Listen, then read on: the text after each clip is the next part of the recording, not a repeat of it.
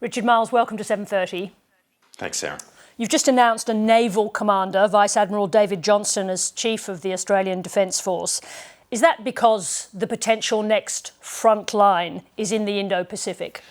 No, it's because David Johnston was the best person for the job, and as we have appointed our senior military officers over the years, we have looked to merit first. But it is right that Admiral Johnston will be the first Admiral who's been the Chief of the Defence Force in 22 years. We go back to Chris Barry when we last had an Admiral as the CDF. And I think the fact that there is so much effort going into Australia acquiring a nuclear-powered submarine capability, there is so much effort going into renewing our surface fleet, I think it will be advantageous to have somebody with Vice Admiral Johnston's naval experience in the top job at this time.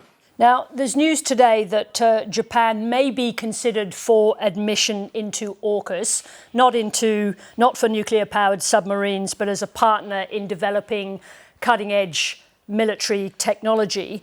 Now, Japan, despite asking, has not been admitted into the Five Eyes security arrangement.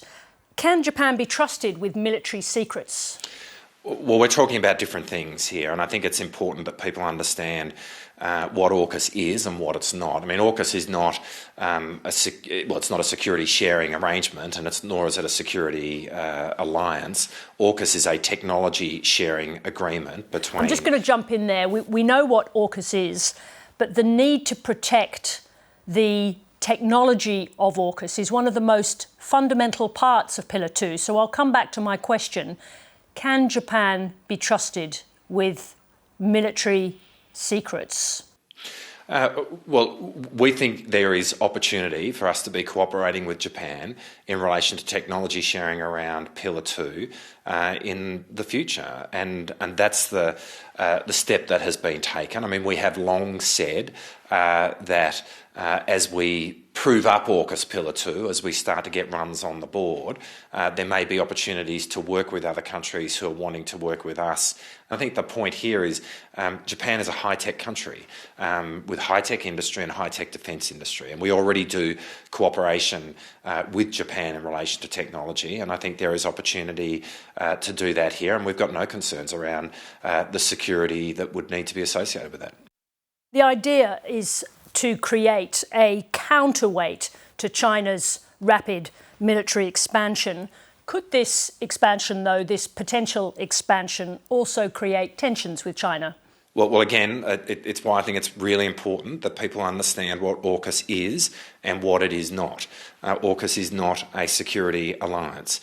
I mean, we have an alliance with the United States. We established a status of forces agreement with Britain over the course of the last month. But what AUKUS is technology sharing. In that context, I think it's perfectly reasonable that we are working with countries that we are doing a lot of defence engagement with. We do a lot of defence engagement with Japan, who have a lot to offer in terms of the technological base that they bring to the table. You just said that AUKUS is not a security alliance, but Kurt Campbell, the Deputy Secretary of State, said recently that AUKUS has the potential to have submarines from a number of countries operating in close coordination. So even though it's not a security alliance, it still has the potential to increase tensions with China, doesn't it? Well, I don't accept that. I mean, AUKUS, as I say, is three countries working with each other on technology sharing. We work very closely with the United States military already. I mean, we have a deep military-to-military relationship. And in the context of our alliance with the United States, the capabilities that we bring to bear in a whole range of joint activities, we do so in a sovereign way, meaning that any capability, any platform that carries an Australian flag is commanded and controlled by Australia, and that would be the case in respect of our future submarines as well. Well, let me talk about some exercises that took place recently. Australia's just taken part in military exercises with the Philippines, US and Japan in the South China Sea. The President of the Philippines, Marcos, said recently it would be in Australia's interests to join the Philippines responding to a Chinese attack on the Philippines maritime area. Would Australia do that? Well, I'm not going to speculate about hypotheticals. We are growing our relationship with the Philippines in defence cooperation, and the reason we're doing that is because we have shared values in terms of being democracies, but we also are two countries that are completely committed to the assertion of the global rules-based order within the region in which we live, and that's very much in our national interest. It is very much in the national interest of the Philippines as well, and so in that we share. Would it be in our national interest to go to the defence of the Philippines? Were they under attack? What's in our national interest is to assert the global rules-based order within our region, because as an island trading nation with a deep economic connection to the world and a growing economic connection to the world, we are very dependent on the rules of the road at sea, if I could put it that way. The Philippines is the same, and we are cooperating at a higher level now with the Philippines than we ever have, and that's a relationship that we place an enormous amount of store in. I want to talk about Israel. The Australian government said yesterday it was not satisfied with the information provided by Israel on the killing of Zomi Frankum and the other aid workers. What information was withheld by the Israeli Defence Force? Well, we need obviously to understand completely and fully and thoroughly what has happened here and the circumstances in which this has happened. The killing of these aid workers is an outrage. It is wholly unacceptable. And in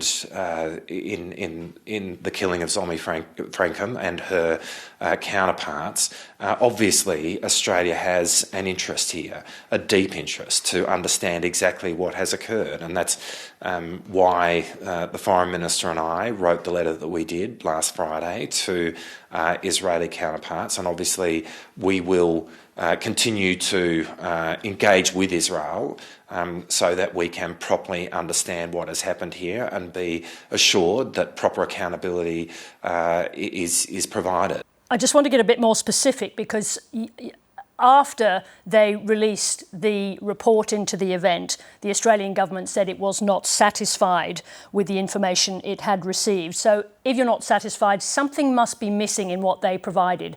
What was it? I mean, it's not just the information over the last few days. This event is only happened a few days ago. It is properly understanding every detail that has occurred here. Israel needs to get to the bottom of this, but we need to have a full understanding of this as well. And then we need to be satisfied with the proper accountabilities that play out in respect of this event. That those who engaged in whatever has happened here are held properly to account. So this is not something that can be satisfied in the course of a few days. This is a matter that needs to play out over a period of time, but it is critically important for Australia that we see full responsibility taken here, that we see the most thorough investigation, that we are given access to that. And I think this is, that this all happens is a critically important fact in our relationship with Israel. Do you expect there to be criminal prosecutions of the people responsible for the strike on the vehicles? We expect full accountability is the answer to that question, and that, without seeking to preempt where investigations go, requires a full and thorough investigation. And of course, our appointment of Mark Binskin as a special advisor to the Australian government in respect of this, I think, is a real opportunity for Australia and Israel actually to have a common understanding of exactly what has happened here and what are the processes of accountability once the facts are absolutely determined. And we very much expect and hope that Israel will work closely with Mark Binskin in investigating this matter. And have you had assurances that Mark Binskin will receive total transparency? We've not had a response to our letter as yet, but we would hope and we would expect that Israel would work very closely with Mark Binskin in respect of this incident. Why haven't you had a response to the letter? Is that satisfactory? Well, that's not a question for me. We've written the letter that we have to Israel. We obviously expect a response, and I can only say to you that we expect a full, thorough investigation with proper accountability at the end of that process, and we expect full and total cooperation with Mark Binskin in this process. You said you wrote that letter on Friday. It's now Tuesday and you've had no response from the Israelis. Does that sound like a defence force that is cooperating with Australia?